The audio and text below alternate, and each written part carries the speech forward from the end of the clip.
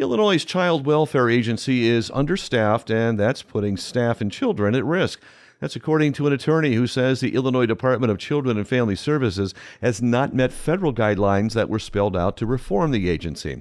That shortage became evident in one case involving a Bloomington family. 5 children were not checked upon for months after the agency was told about a case of neglect.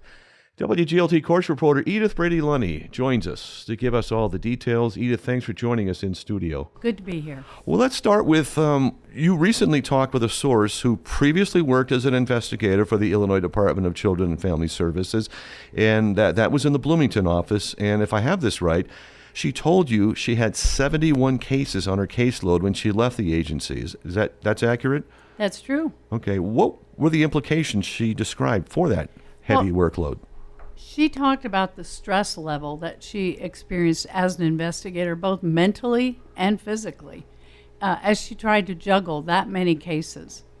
The issue goes beyond what cases are on an investigator's plate, really, because they have to figure out how to get to the new cases that are also laid on their desks every week. She said she watched her coworkers struggle to manage that stress, and some were even hospitalized and also left state employment.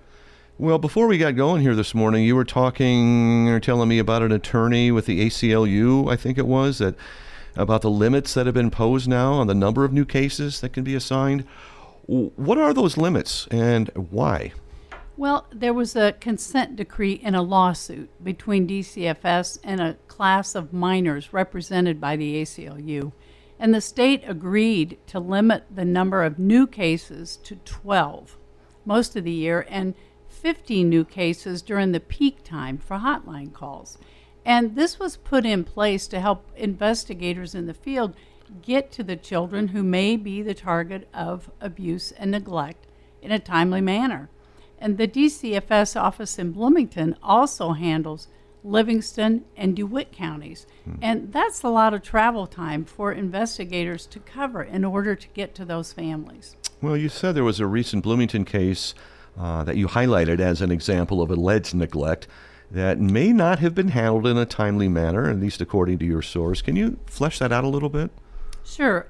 Jessica Blumenberg is charged with child endangerment in McLean County for allegedly leaving her 5 young children, and those kids are ages 1 to 9, home alone without food. When the Bloomington police were called in November, they found the kids alone with little to no food in the apartment, and the apartment was largely unfurnished. So the former investigator said DCFS records showed the family was also the subject of a call in September. But another investigator, presumably because of her large caseload, was unable to follow up. And these are the types of cases that keep DCF workers awake at night and lead to the criticism of the agency. Did you have a chance to talk with DCFS about these staff shortages?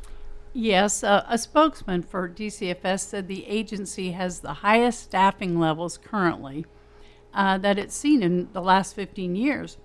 And this is due in large part to a serious recruiting effort by the state and pay increases made possible by a boost to the DCFS budget. And according to the state's data, 2 vacancies currently exist for investigators in the Bloomington office.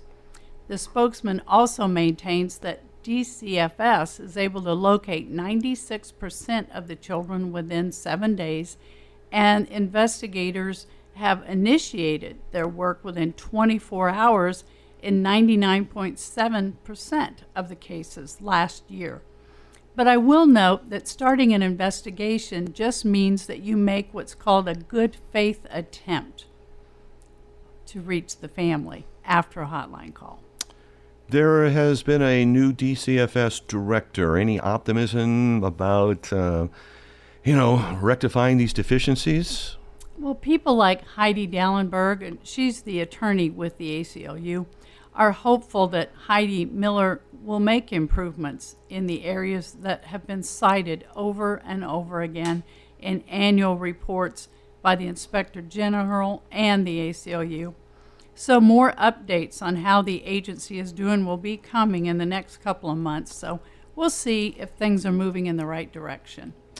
Edith, thank you for this report again and for joining us here on WGLT Sound Ideas. Happy to do it. Edith Brady-Lunny is a correspondent for WGLT. She is also our courts reporter. You can read more of this story at WGLT.org.